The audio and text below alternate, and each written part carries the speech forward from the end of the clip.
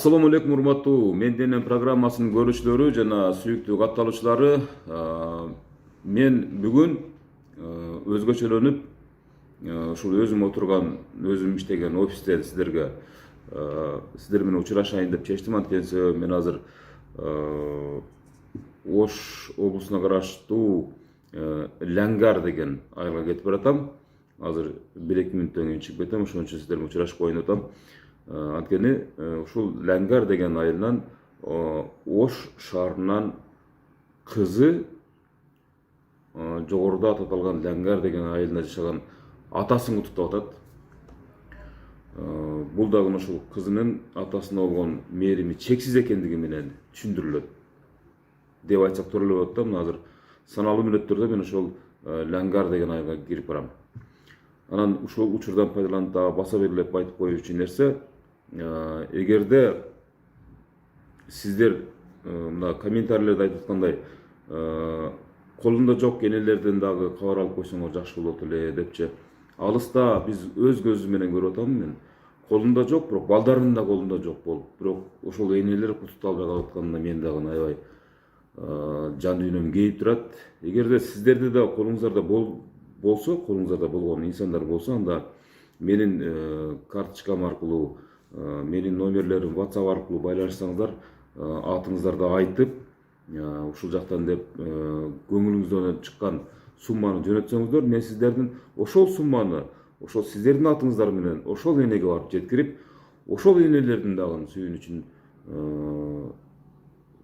курсантчылыгын билдирип, курсант кылып союгуна тартып, Аллах Тааланын алдында бир чоң соопко иштейбиз го деген дагы бир сөз айтып келет да. Ошон үчүн ушул учурда пайдаланып сиздерге ушуну дагы баса белгилеп айтып коеюн деп чечтим. Анда эмесе азыр бүгүнкү көрсөтүүнү ошол Ләңгар айылынан көрөбүз. Лайк басканды унутпаңыздар. Биз менен бирге болуңуздар. Менин сүйүктүү катталуучуларым. Кудайым буйрса бул программа номер 1 болот деп үмүт кылам. Баары Кудайдан жана өзүбүздүн аракетибизден.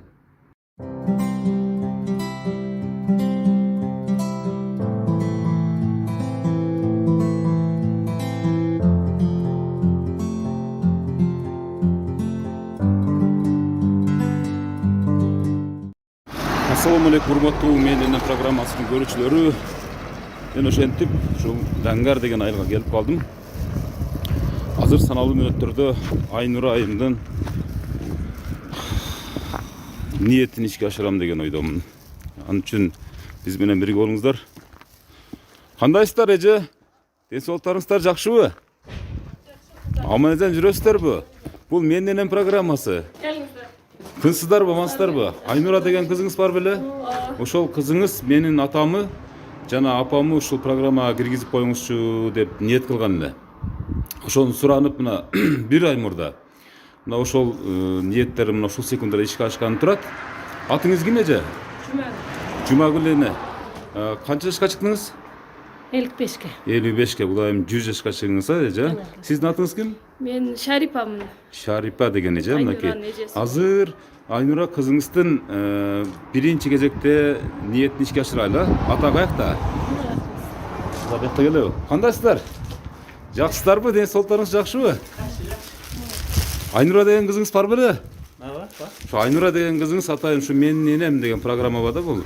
Ушул аталарды, энелерди куттуктайбыз да. Атыңыз ким сиздин? Менин атым Таңатар. Таңатар аке. Таңатар аке, мына канча жашка чыктыңыз сиз? Эмде?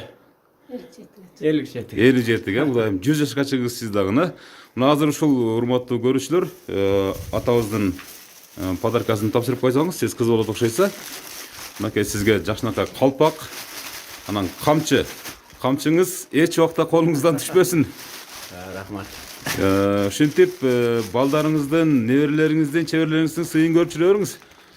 Мына урматтуу көрүүчүлөр, Айнура айымдын атасы өзүнүн белекте чекектерин алып атат. Мынакей бул камчыңыз. Бул камчыңыз мынакей. Эч убакта колуңуздан түшпөй жүрсүн. Айнура кызыңыздын белеги. Бул жерде болсо, могул открытканы мага берип койсоңуз. Открыткада мынтип жазылат: урматтуу көрүүчүлөр, мына кийинки кезек мына энебизге сизге атайын ыр Ак bulut учат сабалат, сагыныш жүрөк жаралат. Сагындым апа өзүңдү, жылмайган тунук жүзүңдү дейт. Алыста жүрөт балдарың, унутпай апа ардайым. Ак сүтүң менен чоңойттуң, апа кем алдын ардагым дейт.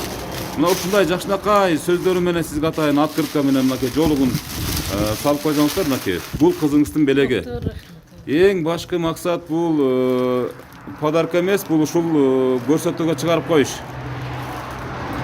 Анда аксакал, бир аз тынчыраак болуш үчүн бул үйдүн алдына өтүп алсак жакшы болот, гана. Урматтуу көрүүчүлөр, азыр маектин калганын кызыктуу бөлүгүн ыңгайлуу жерде улантабыз.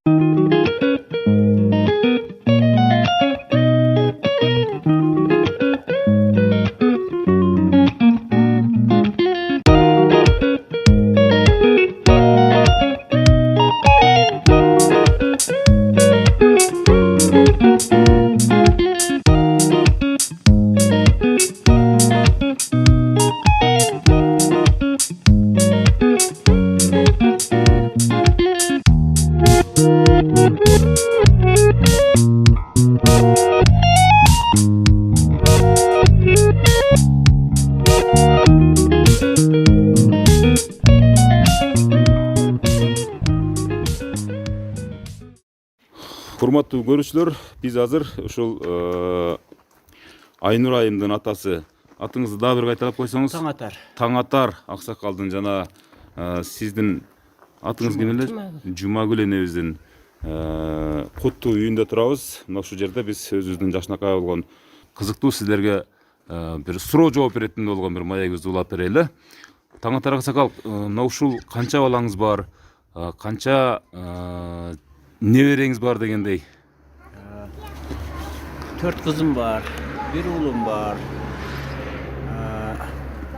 Уулум эң кичүүсү. Анан 3 та неберем бар. Мына кызымдын 1 уул 1 кызы бар.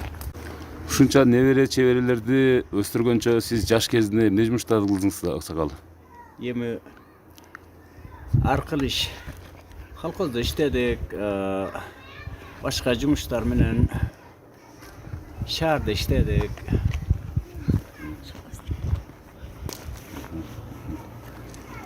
Азыр эми ушу үйдө жумуштар менен, малал менен. Айнура кызыңыз ушундай бир белек кылат деп күттүңүз беле? Жок, андай немени күтпөдүк. Эч ким айткан эмес сизге, эч ким кабарлаган да жок. Жок. Себеп дегенде бул сюрприз. Таңатар аба, сюрприз. Ошон үчүн атайын уюштуруп, бүгүнкү күн, бүгүнкү туулган күнүңүз сиздин эзиңизден чыкпай калсын, ата кемин эзинен чыкпай калсын деген бир ниети бар эле. Мына ушул секунддарда ошол ниет ишке ашып отурат. Эне өзүңүз жөнүндө айтып берсеңиз, мына өзүңүз мына ушунча баланы чоңойтуп, эрезеге жеткиргенче эмне жумуштарды кылдыңыз? Кандай кыйынчылыктар болду? Болду эми ошону чоңойтуп ушу үй жумушу менен эле болдум. Ош кожайын менен эле ушунун чайын ашын кылып берип дегендей балдарды чоңойтуп, кыздарды берип, мен Кудайга шүгүр неберелер бар. Неберелерди багып атабыз эми. Канча балаңыз берди? Канчасы чет жакта иштеп жүрөт дегендей? Азырынча эми экөө шарт иштеп атат. Бир кызым жакында мына кыз Россияга кетет. Балам дагы бүгүн Россияга учам деп ушу 1-2 күндүн ичинде шаарга кетти эле. Кайда чүйдө иштермин. Азырынча балдар ушу жерде эле. Бир кызым дагы турмушта. Аксакал, мына ушул айтсаңыз, ушу Айнура кызыңыз тууралуу. Ушу Айнура кызыңыздын ушундай бир өзүнчө сюрприз менен атайын сизди келип куттуктаганы дагы бир буга чейин бир ушундай бир айтылбаган нерселерди да кылды беле? Onu эми өзү билип немелерди nima olarat? Bilgen olur. Biz daha bilmeyle nima olub desem, bilgende tayyorlanib do'st-postlarni chaqirib nima qilib o'tiradilar da hozir ham. Men daha bizning avatiga qo'y desek oğlay.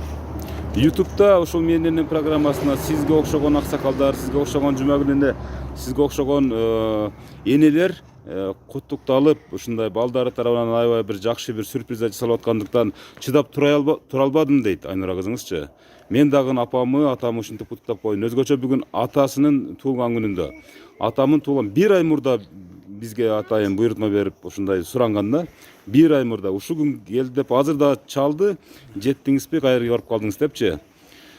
Аксакал эми ушул учурдан пайдаланып, мына сиз өзүңүз азыркы жаштарга эмне дейт элеңиз? Ушундай ата энесин сыйлаган, кадыр баркка жеткен. Эми көпчүлүгү мисалы азыр заман оор, мурдага салыштырмалуу, мурда мындай болгон эле, азыр мындай болуп калды, тарбия мындай болуп калды деген өзүнүн бир кеңештерин айтат да, сиз эмне дейт элеңиз? Эми бу жаштарга мурункудай эле заманыбыз жакшы, Кудайга шүгүр. Балдар окуп атат, тарбия алды. Эми бул жаштарга дагы келечеги кең.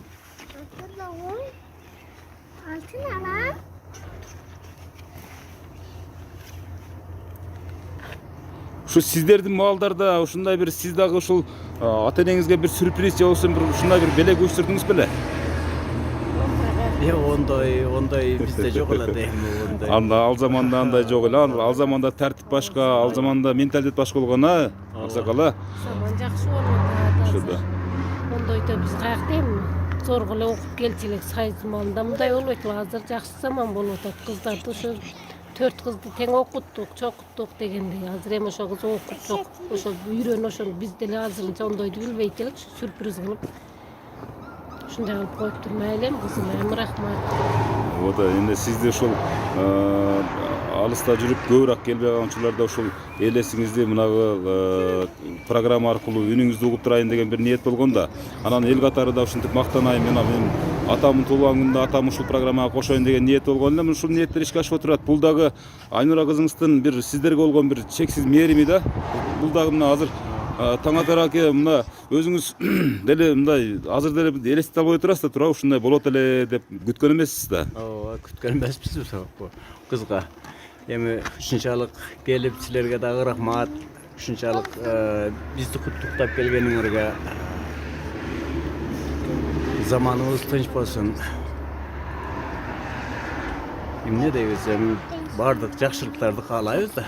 Туура айтасыз. Эсен болсун, ушу бизди баккан бала чакабыз тынч болсун, ушу неберелер көбөйө берсин.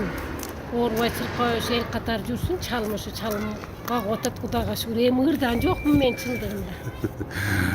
Анда Таңатар абага бир внезапно суроо береличи. Мына ушул Жумагүл энени алгач кантип сүйүп калдыңыз? Кантип сиз ушул ак буудай болгон энебизди таап калдыңыз? Эми илгерки заманда ошо Жаштык кести бир эскерип койбойсуздарбы?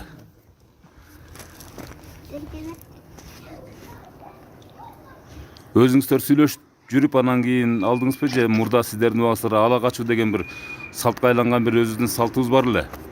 Же ала качып туруп алдыңызбы? Жок, ала качпай эле сүйлөшүп жүрүп кылганбыз экөөбүз.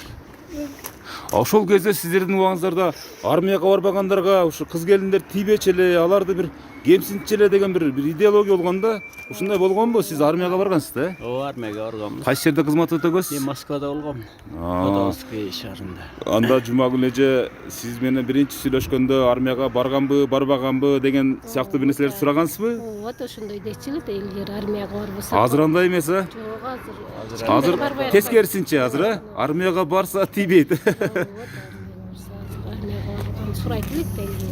Азыр эми армияга барбаса деле үйүң жайың барбы? Машинаң дүйнөсүнө кызыгып калды азыр кыздар. О маалда биз ондойду билбейт элек. Эми Таңатар аба, мына ушул учурдан пайдаланып өзүңүз бир туулган күнүңүздө бир сизди бир кызыңыз айтты эле, атам кыңылдап калат эле эшикке чыкканда, киргенде депчи. Бир өзүңүздүн бир жүрөктө болгон ырыңызды бир кызыңыз үчүн тартылап коюңузчу, ушул байбишеңиз үчүн, ушул үй бүлөңүз үчүн бир эсте калсын, ушул эстелик болуп калсын. Мен ырдан жокмуз да эми. Экөөңүздөр ырдан жоксуздарбы? Кыздар ырдайт эле, биз ырдан жок эле бар. Майли эми бул эми баягы архивге калтыруу үчүн тасма болуп аткандан кийин ошол кызыңыз да ушинтип бир аракет кылып көрүңүзчү деген сураанычын айтып атам эне. Мына ушул учурдан пайдаланып, сиздер ушул жалпы кыргыз элине өзүңүздөрдүн каалоо тилектериңиздерди айтып койсоңуздар болот. Мына аталык батаңызды берсеңиз болот. Эми Кудай кааласа ушу кыргыз эл менен эмне дейбиз? Тынччылык, аманчылык каалайбыз. Заманыбыз тынч болсун, асманыбыз ачык болсун. Бу кыздарга дагы ден соолук каалайбыз. Бардыгына эмне дейбиз эми? Тынччылык каалайбыз, ден соолук каалайбыз. Ушу. Эми энелик бир тилектериңиз. Тынччылык болсун, заманыбыз ушу. Кудайга шүгүр, заман жакшы эле болуп атат. Баары жок ушу бала чака эли журт тынч болсун, ушу бизди неме кылган кызым тынч болсун, ушу силерге ham рахмат, силер тынч болгула. Ушу тынччылык болсун. Ушу. Кана эми ушул неберелериңиз жаныңызда турат да, мына ушул сиз чоң атасы болосуз ошондо, чоң атасы, тай атасы болот да. Ушу тай атаңарга бир арнап бир ыр билесиңерби, ырдай аласыңарбы, мектепке барасыңарбы, садикке барасыңар, Нөлөбай барат. Кана тай атаңа бир ырдап койчу, кана бир тай атаңдын туулган күнү экен бүгүн. Ушул бала ырчы болот да, чоңойгондо мына азыр сырткы көрүнүштө көрүнүп турат мына. Сага ким болот атаңын айтасың, сенин сыласың, сага тиет атасы. О, азамат. Кана сен ырдачы, кана сен айтып койчу. Биз мектепке барабыз, сүрөт тартып ырдап кызыктарга батабыз. Ой, азамат. Кана сен бир эки ыр билесиңби? Ол кичине. Кичинеке була, бирок силер ушу тай атаңарга мына бир арнап бир каалоо тилек айтып койгулачы, кана тай атаңды жакшы көрөсүңөрбү? Тай атаңды жакшы көрөсүңбү? Тай атаң сага эмнелерди алып берет? Тай атаңды кантип жакшы көрөсүң? Жакшы көрөсүң деп жакшы көрөм да. Бизди баары жоктоп келет деп. Тай атаң оорубасын, тай атаң көп жашасын, тай атаң ден соолукта болсун, ар дайым силерди күлүп жайнап, көтөрүп эркелетип жүрө берсин. Мына урматтуу көрүүчүлөр, биз таң атар аба менен Жумагүл эненин куттуу үйүндө турабыз. Урматтуу өзүнүн кызы Айнур айымдын бүгүнкү ушул бизге буйрутма берген ниети ишке ашып, программага кирип тартылып атат. Мен ошо ата-энем менен экинчи кызымын. Атым Шарипа. Ошо Россия жергесинде иштеп келдим, 2 жыл иштеп келдим. Балдарым менен эми ушу балдарым мектепке алып келип, окутканы алып келдим бул жака. Ата-энем карап берет. Мен эң ишенген асказоом ата-энем. Өмүрлөрү узун болсун, ден соолуктары чың болсун, ар дайым биздин пешенебизге оорубасын. Эң ошо алыс жерде жүрүп тилегеним ушу ата-энем аман болсун. Ушу ата-энем аман эсен мени жакшы жадырап жайнап тосуп алсын деген эле ниетим. Ушу аман болсун, тынч болсун, ушу неберелеринин жакшы күндөрүн көрсүн, биздин жакшы күндөрүбүздү көрсүн. Ушу алыста иштеп келдим деп айтып атасыз, мына 2 жыл мурда. Азыр дагы кетип атыптырсыз. Мисалы ошол жака барганда ата-эненин кадырын аябай билдиңиз да. Ооба. Өзү мына жерде кыз бала, уул бала деле өзү мынандай ата-энең жанында жүргөндө паркын билбейт экенсиң да. Анан кийин алыс жактарга иштеп жүргөндө анан ата-энеңдин кадырын билет экенсиң. Бизди дагы ошо атам менен апам ушинтип мээнет кылып иштеп, бизди ушундай мээнет кылып баккан экен деп, ошондо чоң кадырына жетет экенсиң өзү. Азыр деле араң кетип аткан чыгарсыз, айла жок Азыр деле айла жок кетип атам. Ой, эми иштеш керек, үй жай кылыш керек. Туура. Балдарыбыз чоңоюшкуча бутка турушубуз керек. Ушу ата-энем баарында үй жай кылып алайлы деп, ушу ата-энеме ишенип балдарымды ташап кеттим. Макул, сизге да ошо барган жериңизде аман жүрүңүз, ата-энеңиздин бактысына сиз аман болуңуз, сиздин бактыңызга ата-энеңиз аман болсун. Аябай сонун, ак көңүл, жөнөкөй ата-энеңиз бар экен. Булардын өмүрү сиз үчүн кымбат. Ар дайым ушу сиздердин балдарыңыздар, неберелериңиздер ушинтип сюрприздерди уюштуруп, сиздерди кубанычка бөлөп жүрө берсин эне. Ушинтип сүйүнүп, каарылыктын бактылуу көз ирмемдерин көрүп жүрө бериңиздер. Улайым 80, 90, 100 жаштагы бир жакшынакай бир салтанаттуу бир тоюңуздар болсун, Кудай кааласа. Ушундай бир тилек кылалы. Жашоо өткүнчү ата-энелердин кадырына жетели. Ошон үчүн бул жөнүндө эртең эмес, бүгүн ойлонолу. Апалардын өмүрү Аллахка аманат.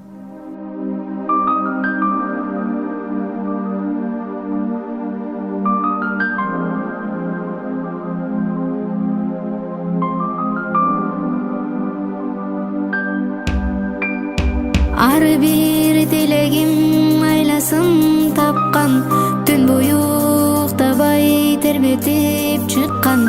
Бейишим өзүңсүң ардагым апа, асылым менин ардагым апа. Мен үчүн канча сен түйшүккө баттың, жан апа чачыңды бу бакта басты. Кагылам өзүңдөн айланам апа, асылым менин ыйыгым апа. Биз үчүн бакыттын жолуну курган, жан апа сиз үчүн жанымда курман. Канткенде ак сүтүң актаймын апа, ыйыгым менин асылым апа.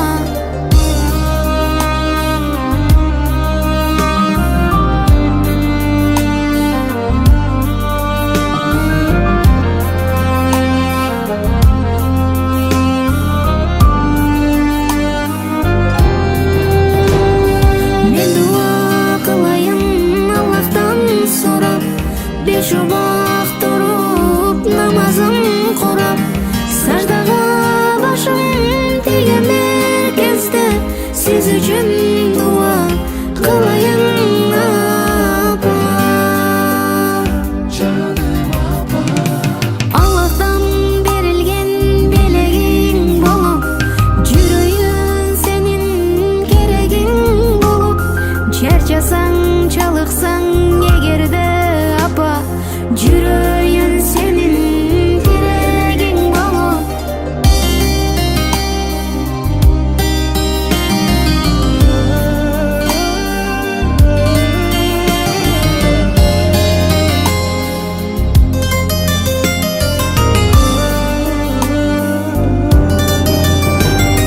Он сегиз миң ааламдын ээси Алла, сизди да мени да жараткан Алла. Пайгамбар белгилеп айткандай апа, бейишим таманын астында турат. Аллахтан берилген белегиң болуп, жүрөйүн өзүңө керегиң болуп. Чарчасаң, чалыксаң эгерде апа, жүрөйүн сенин керегиң болуп.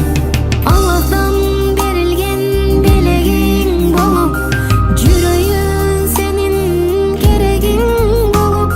Чарчасаң, чалыксаң эгерде апа, жүрөйүн сенин керегиң болуп.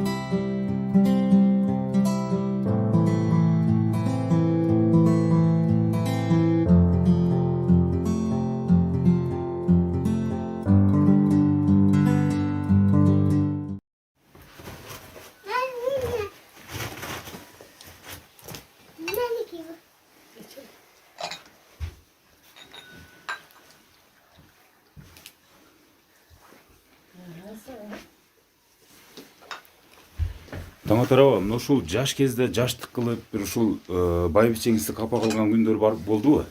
Эми турмушта ар кыл нерсе болот да. Казан аяк кагышпаса турмуштун кызыгы жок болот. Ушул учурдан пайдаланып, мисалы, жума күнүнө бир өзүңүздүн бир каалоо тилектериңизди айтып, бир анча мынча өтүп кетсе кечир байбиче деген сыяктуу бир. Эми менен өткөн болсо кечир. Жума күнүнө эми бул кызыктay суроо да, бир мындай даярданмаган суроо да ушул. Таңатар аксакалды чалыңызды тарынтып алган учурлар болдубу сизде дагы? Мен болса керек билбейм. Аны тиле. Бирок эми ал күндөр баардыгы баягы турмуш тиричилик менен кошо өтүп кетти. Балдар жаш омалда Мамыр болса жумур керек. болуп. Ооба. Кайненеңизди кандай силачелеңиз? Кайнем 80 канча чыккандар? 88.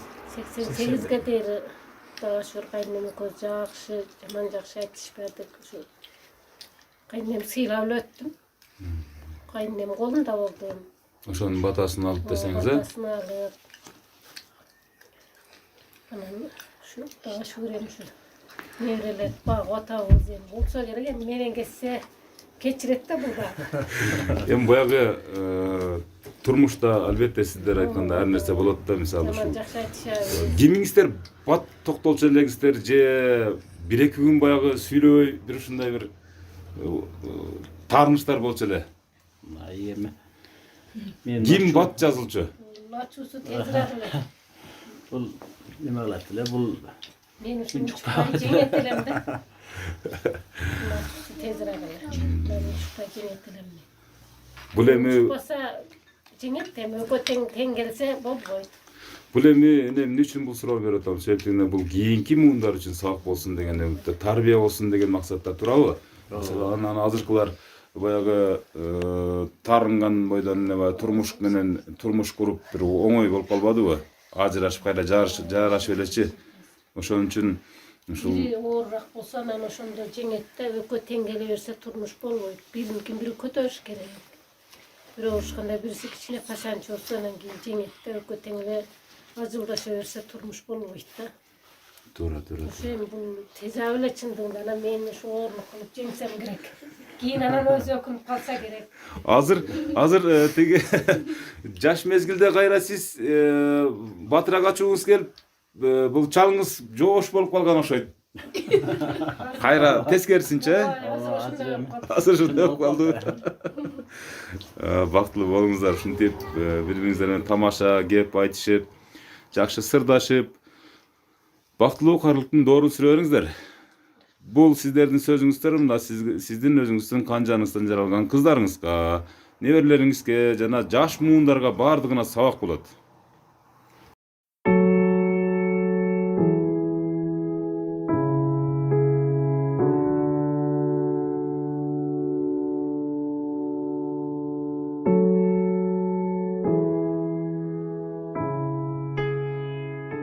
Урматтуу көрүүчүлөр, менин жанымда Таңатар Аксакал, Жумагүл байбичеси менен, тагыраагы Жумагүл энебиз менен жана жанында турган атыңыз эмне эле? Шарипа кызы менен экинчи кыз экен.